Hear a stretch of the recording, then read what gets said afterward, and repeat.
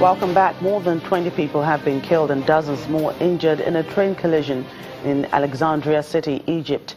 Videos shown on local media portrayed one train partly turned over in the crash while medics moved dead bodies and attended to the injured. Rail and road accidents are quite common in Egypt, which is said to have a poor safety record despite several complaints to the government. Back in February 2016, dozens of people were injured when a train derailed after crashing into a concrete barrier south of the capital, Cairo.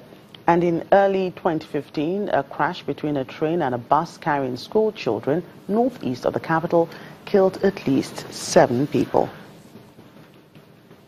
The UN mission in Mali, MINUSMA, says it's investigating mass graves found in the Kidal region in northern Mali. Northern Mali has been embroiled in violent clashes and fighting between signatory armed groups, a threat to the 2015 peace agreement. The United Nations mission in Mali, in its latest report, is investigating mass graves found with a slew of human rights abuses in the region of Kidal in northern Mali.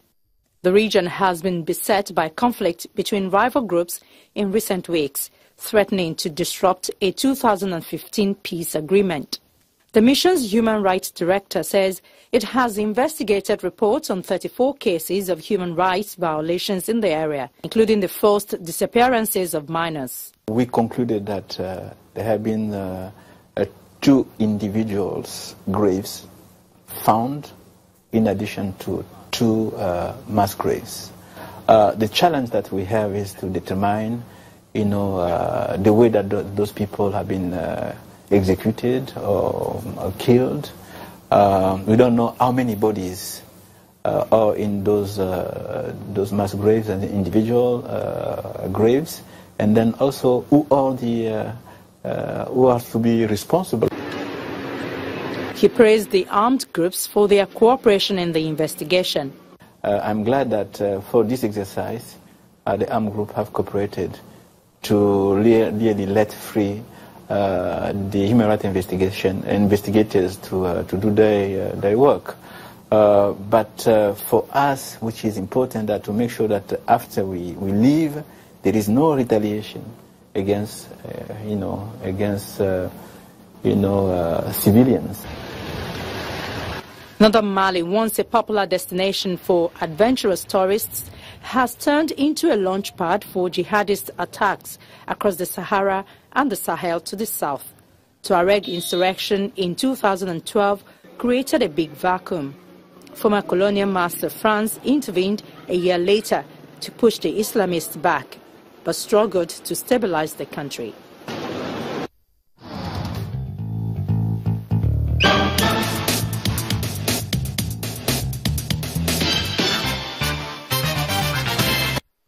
Recent advances in digital connectivity, even among the poor, shows the promise of open collaborative business models to scale and commercialize innovations.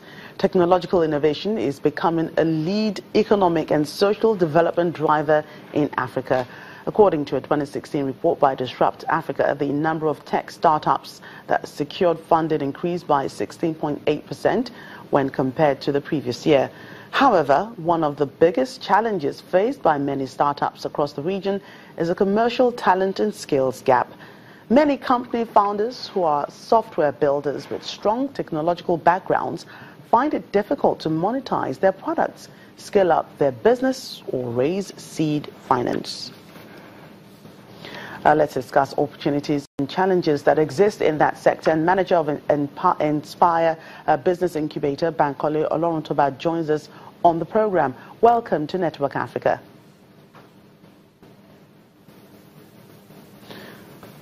Why do startups in Africa find it difficult to scale up, and how can this be resolved?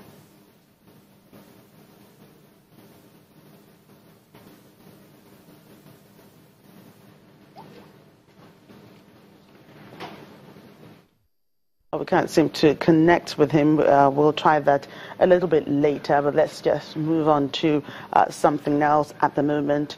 We go back to Egypt, where a Cairo factory which specializes in manufacturing Products for Disabled People has opened a prosthetic limbs department where only disabled workers are employed.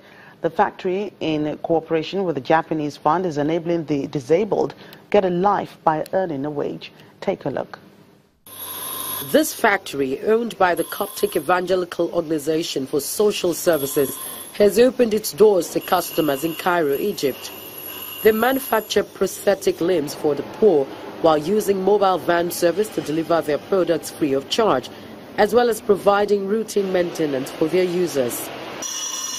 Funded by the Japanese government, the prosthetic limb department produces mobility devices for the disabled, such as wheelchairs. They also assist in transforming public spaces to allow for disabled access, help reintroduce disabled people into the job market, and enable them earn income and become productive members of the society. When an individual is serving a cause that he can relate to, he is much more likely to have faith and work harder in order to better serve the said cause. He feels that not only is this cause but he also feels that disabled people are living in the same situation and are experiencing the same amount of suffering. One worker employed at the workshop has renewed his self-belief, giving credence to the fact that disability is only in the mind. Just a word of advice to other disabled people just like me. I would like to tell them that disability is psychological, not physical. There is no such thing as disability. Go out and meet more people, work harder, and you will feel good about yourself. You will feel like you are differently able. Between 1,000 and 1,500 mobility devices, such as wheelchairs and crutches, are produced by the company each year. The prosthetic limbs department, which has been operating for 6 months, aims to produce 200 limbs this year and increase output in the future. Well, Bankole is back with us to discuss technology startups, and I started by asking you earlier on, why do startups in Africa find it difficult to scale up, and how can this be resolved? Startups in Africa usually have that problem of policies and structure. Structure has always been the biggest problem for startups. But if startups across Africa are able to scale up beyond this level. But again, how big is the number of startups by this number structural issue? Then backing, investment market, right? Most of the investors that invest in African startups are usually non-Africans, and but then the trend is changing a little bit because most Africans are beginning to trust Africans because most African investors are used to brick and mortar investments, but foreign investors have been able to see that the act of patient capital will work a lot in making lots of things happen. So to structure seed funding and seed capital is usually a big problem for Africans. How can investors identify and test creative ideas that can be scaled up? The concept of incubation in Africa is becoming a fast adopted thing. I remember when we started here in Abuja in 2013, not many people thought we were making sense. But between 2013 and now, we have close to about 7 to 10 hubs within this part of the country. And the best things that can happen to investors are to go through accelerators, incubation hubs, and try to seek out and also join investment networks. There's an Angels Network in Lagos. There's also another one here in Abuja. And so you learning a little bit on how to invest patient capital and follow up with your investment, will solve a lot of problems. Because most African investors are quick to request for return on investment. But again, tech investment or innovation investment are usually more focused on building something that no one else has ever used. So it takes a little bit of time. You need to have a little bit of patience and also add a little bit of motivation and mentorship to it. So African investors at this point are beginning to learn that there is more to just dropping the cash. There's also part of providing, strategic business development support and also mentorship and advisory. And that you can find within Angel Networks, which again you can have in different parts of the country, different parts of Africa also. There's a thriving one in Lagos. There's also a growing one here in Abuja. Right. So, thank you so much for your thoughts there. Bankole Olorun Toba, manager of Inspire Business Incubator.